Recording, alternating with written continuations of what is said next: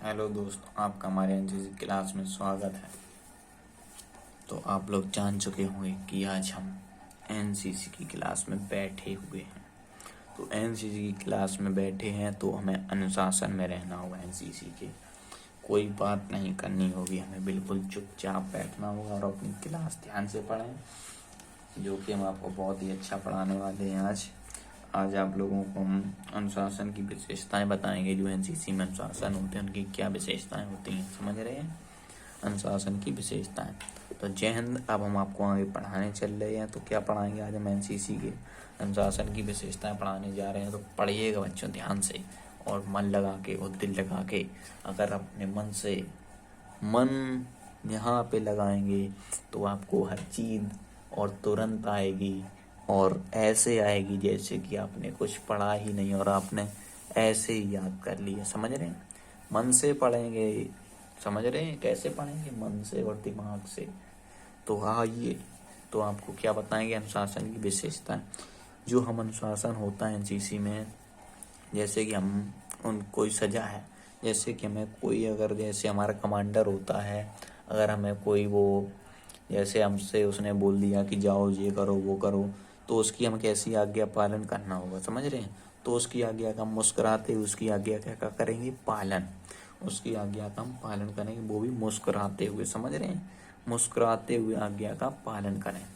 हमारा कमांडर हमसे कहता है कि जाओ इस स्टेडियम के 4 राउंड काटो, तो मुस्कुराते हुए इस स्टेडियम के 4 राउंड आपको काटने होंगे।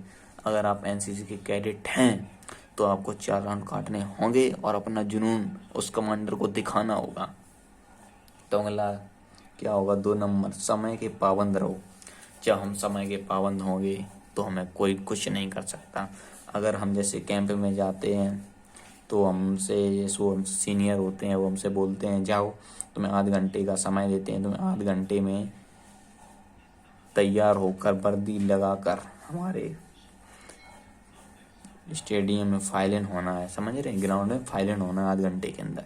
तो हम जाएंगे तो आध घंटे के अंदर ही वर्दी चढ़ाकर उनके सामने फाइल हो जाएंगे और अपना उन्हें जुनून दिखाएंगे। और निसंकोच कठोर परिश्रम करो, कोई संकोच मत करो। जो परिश्रम होगा उसे हम करेंगे, वो भी कठोर से कठोर परिश्रम, चाहे जितनी बड़ी सजा हो, वो भी परिश्रम करने के लिए हम तैयार हैं। समझ रहे हैं? और बहाने ना बनाओ। अगर आप एनसीसी कर रहे हैं तो बहाने मत बनाओ। अगर आप बहाने बनाएंगे तो काम नहीं चलेगा।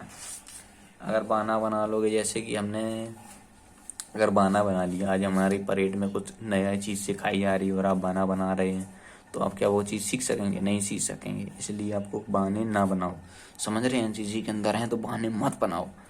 अगर आपको कोई दिक्कत है तो बताइए, लेकिन बहाना कभी मत बनाओ, क्योंकि बहाना बनाने से हम अपना खुद ही नुकसान करते हैं। बहाना मत बनाओ। झूठ भी मत बोलना। झूठ में बिल्कुल नहीं बोलना। समझ रहे हैं? झूठ नहीं बोलना है।